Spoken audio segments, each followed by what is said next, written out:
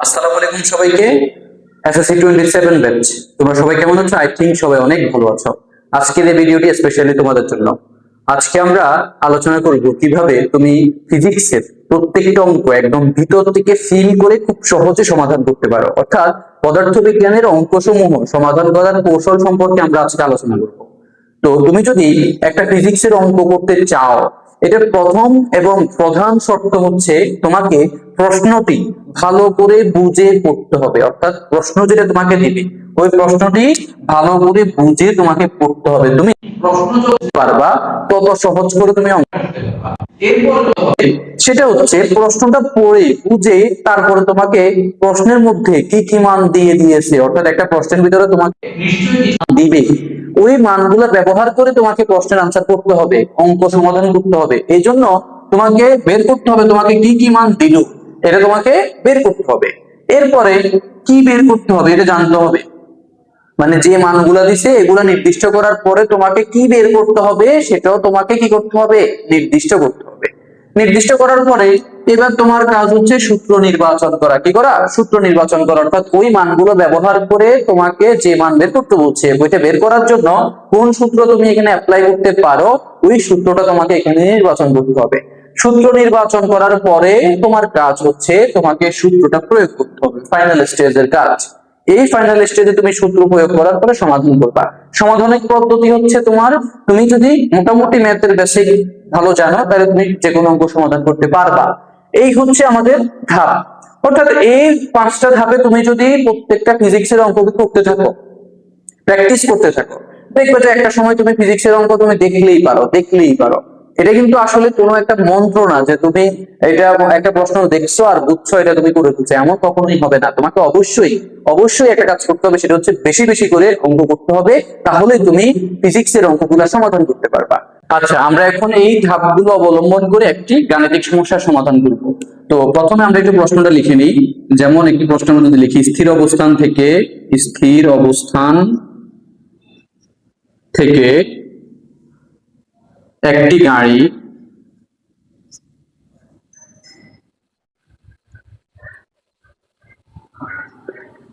10 সেকেন্ডে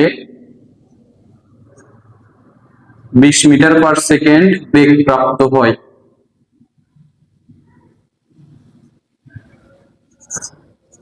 বলে গাড়িটির ত্বরণ নির্ণয় করো বা গাড়িটির ত্বরণ কত।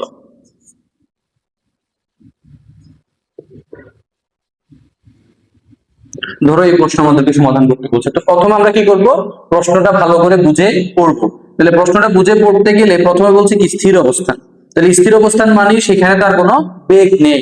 তারপরে 10 সেকেন্ড পর সে 20 মিটার পার সেকেন্ড বেগ প্রাপ্ত হয়েছে, তাহলে ঘটনাটা ঘটছে কোন সময়? 10 সেকেন্ডে। তাহলে এই 10 সেকেন্ড আগে যে বেগ সেটা হচ্ছে আদি বেগ। তাহলে আমরা বুঝতে পারতেছি আদি বেগ হচ্ছে কত, u equal 0 metre per second. আদি বেগ u equals to 0 metre per second. তারপরে সময়টা 10 সেকেন্ড, এই 10 সেকেন্ড পরে বেগ কত হয়েছে? 20 মিটার পার সেকেন্ড হয়েছে, এই জন্য শেষ বেগ হবে 20 মিটার পার সেকেন্ড। শেষ বেগ v equals to 20 metre per second. এরপরে হচ্ছে এখানে সময়টা হচ্ছে 10 সেকেন্ড, তাহলে আমরা লিখবো সময় t ইকুয়ালস টু 10 সেকেন্ড। এখন এখানে আমাদেরকে বের করতে বলছে কি? ত্বরণ। তাহলে আমাদের যে যে মানগুলো আছে, আমরা প্রশ্নটা ভালো করে বুঝে পড়ে তারপর যে যে মানগুলো আছে সেগুলো আমরা এখানে লিখে নিলাম।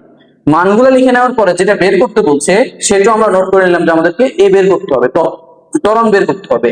তাহলে এই জন্য আমরা এবার সূত্র নির্বাচন করবো। আমাদের পরবর্তী ধাপ হচ্ছে কি? সূত্র নির্বাচন করা। তাহলে সূত্র নির্বাচন করতে গেলে আমরা প্রথমে কি করব, আমরা জানি যে বেগের বা গতির সমীকরণ হচ্ছে টোটাল 4টা। b equals to u plus at, b square equals to u square plus 2as, s equals to u plus v divided by 2 into t, আর একটা হচ্ছে s equals to ut plus half of at square।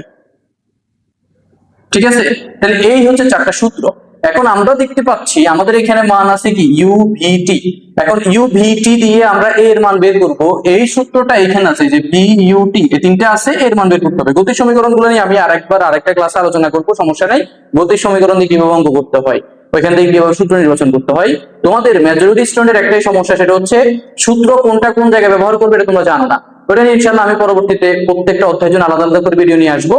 তবে এখানে হচ্ছে আমাদের যেহেতু এ বের করতে হবে, আমরা সূত্র নির্বাচন করে ফেলছি, ভি ইকুয়াল ইউ প্লাস এটি।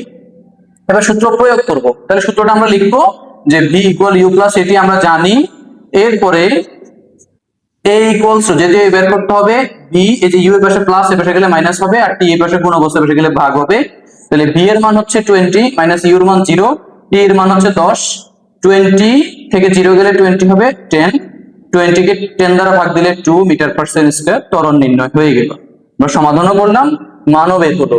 তাহলে আশা করছি তোমরা এই 5টা ধাপ অবলম্বন করলে তুমি পদার্থবিজ্ঞানের যে কোনো গাণিতিক সমস্যা একদম অনায়াসে সমাধান করতে পারবা, ভিতর থেকে ফিল করে সমাধান করতে পারবা। তবে বেশি বেশি পরিমাণে প্র্যাকটিস করতে হবে। তো ভালো থাকবে সবাই, আসসালামু আলাইকুম।